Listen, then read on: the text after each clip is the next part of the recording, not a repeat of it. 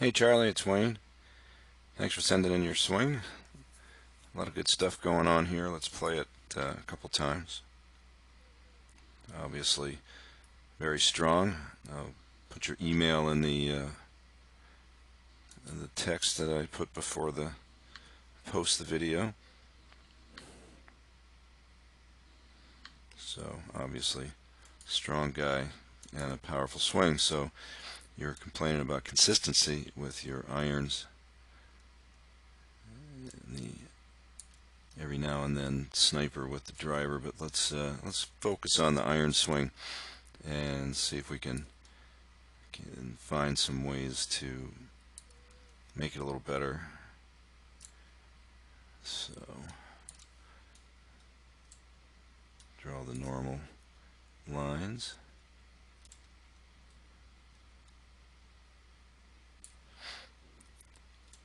So normally if I put the line on the back of the tush, it's going to have some space between there and the heel. As you can see here, it's right on the heel, but I'm not so sure that that's not because the camera's angled down a little bit. There's a little tilt, and that might make you look a little more over tipped out over the ball than you actually are. But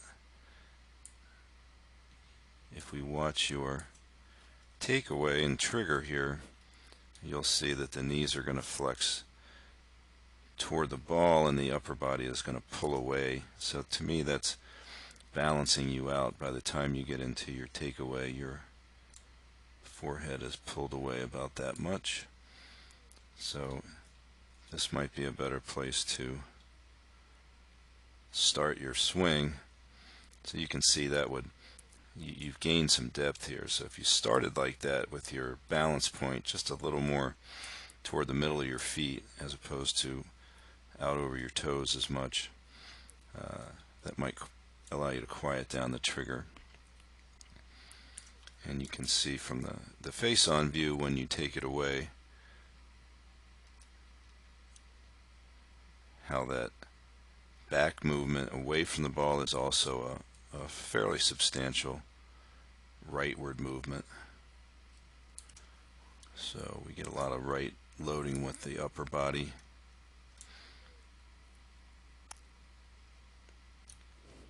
But hips are essentially nice and centered. The lower body shifts fine to the left. The head gets pulled back into the box, and then we see the head back up through the impact area, and you'll see the club trying to line up with the right arm maybe a little sooner than you would like, while the left knee stays flexed. So it looks like the hips are stalling out a little bit, and we want to see from down the line why that might be.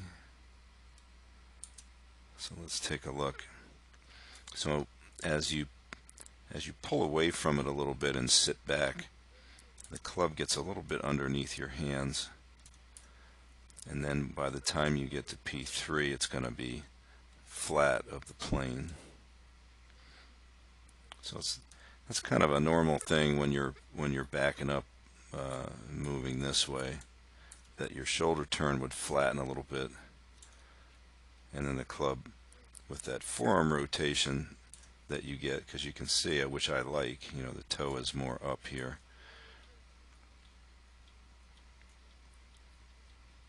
So the club looks fine at the top, but at P3 it was definitely flat of the plane. And then what I think is something to focus on is this pattern of shaft movement. So this has gone from flat to on plane, and when it comes down, if you watch, when you get from 4 to 5, look where the shaft is now and compare that to where it was at 3. So we have gone from flat to steeper, even though the steeper is still right on the money, right on plane, but it's it's going to have a tendency to want to flatten a little bit extra. It's hard to judge when you're going from flat to steep to back to trying to shallow the club. It's staying behind your hands a little bit. So the club is approaching a little from the inside, and you can see in the release has a tendency to be more down the line and less around to the left than I might like to see. Now, you are a strong dude, so your lower body has maintained its depth very nicely.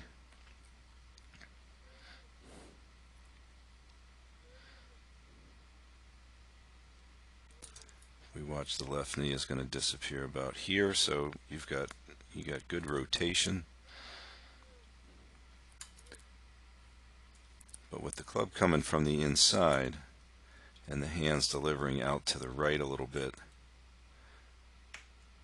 it's getting a little bit flippy with the forearms and the hands and the face past the ball. And when that thing is sending itself down the line, it's less likely that your left leg is going to get back more. Your knee is not quite underneath your hip, so the knee stays a little stuck.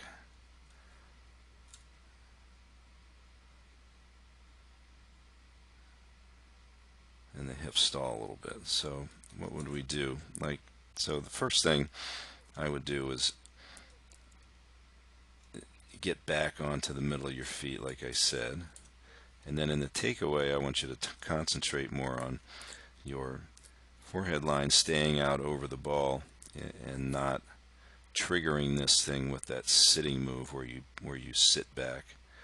So I think if you try to stay tilted with your pelvis as you start back from this hand position, in the takeaway, if you could keep the club head feeling like it was going to stay outside of your hands a little bit more, and your shoulder turn would feel a little steeper.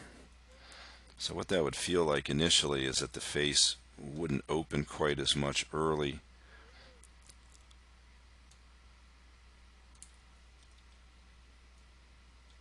and the club would climb up over your forearm as it broke past parallel to the ground. And then as you get to P3, I'd like to see if that's the plane, at least try to get it up on plane, if not above it.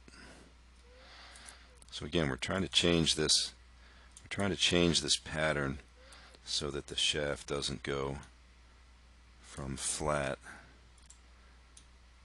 to where it's actually steeper, because you can kind of see, if you look at what the right upper arm is doing here, it's going to stay up.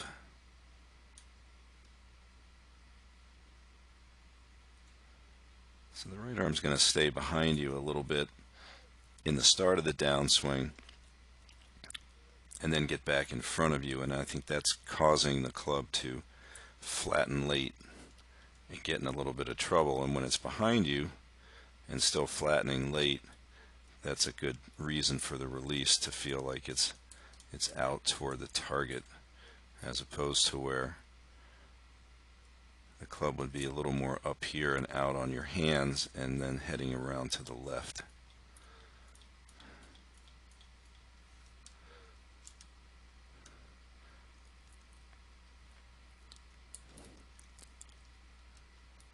So I think we want to get from the top, if you weren't quite as balanced out on your toes, we could get that left knee to pull back behind you. So you want to try to feel like you're moving this left knee a little sharper to the left, a little more immediately back to get underneath that hip. And then we can use the ground a little better. But at impact, if you're pushing up off the left and the club is not approaching from the inside, you can take this, turn that left wrist down a little bit, And as you take it around, I think from here you would find that your head would not back up as much. So from here you're thinking of covering with your right side.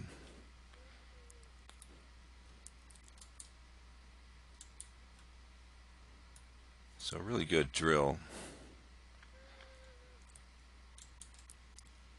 for this is to take your right hand at address and slide it down the shaft like I just did there.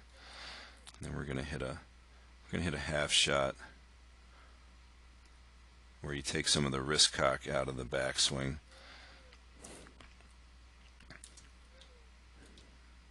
Which I didn't do as well as I should have there. I have to film that again. But it doesn't feel fully cocked. Let's put it that way.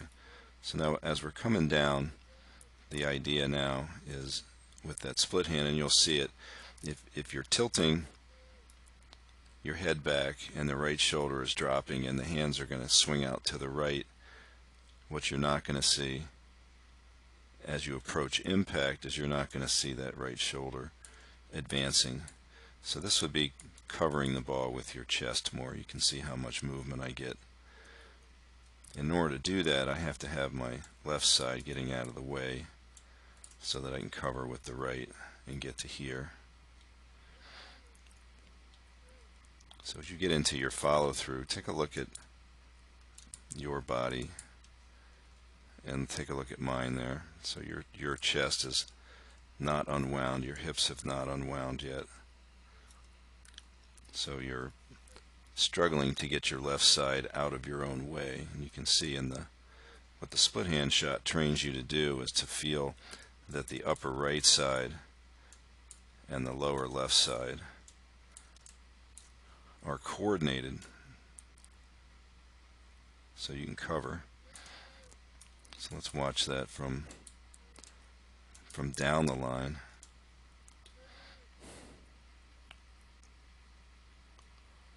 So in this backswing, you can see the club is going to stay outside my hands.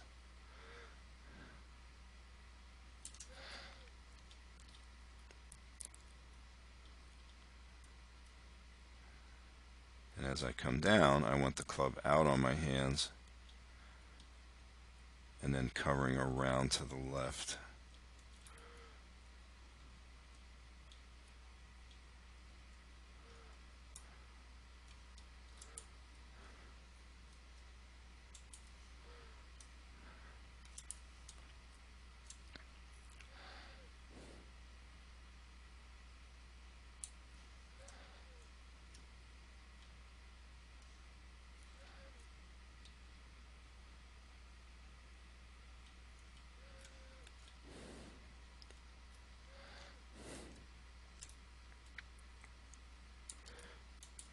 So we definitely want to go more from flat to steep. So here's a swing. Dick Mast, he's older now, but you can see how that shaft is just a little vertical, and then on the downswing it's going to be a little more flat this way. So that'd be the pattern that we'd want to go for. So again, I'm going to keep the club outside the hands. I want to start with your balance a little more toward the middle of your feet. See if you can get a feeling that your shoulder turn is a little steeper so that at left arm parallel, your right arm would feel a little higher and the shaft would point. See if you can get it to point a little more inside the ball, a fraction maybe. And then as it comes down, you would feel it flatten early, and that would get the upper right arm to adduct with some external rotation and supination of the forearm. So we'd get that side arm feeling instead of the upper arm feeling like it's facing the ground more. We want the elbow to be trying to get in front of you a little bit. So I think you've got definitely have the strength in the lower body capacity to get that right arm to tip in without getting stuck. So if it flattened early, then you could steepen it later and take it around to the left more. All right.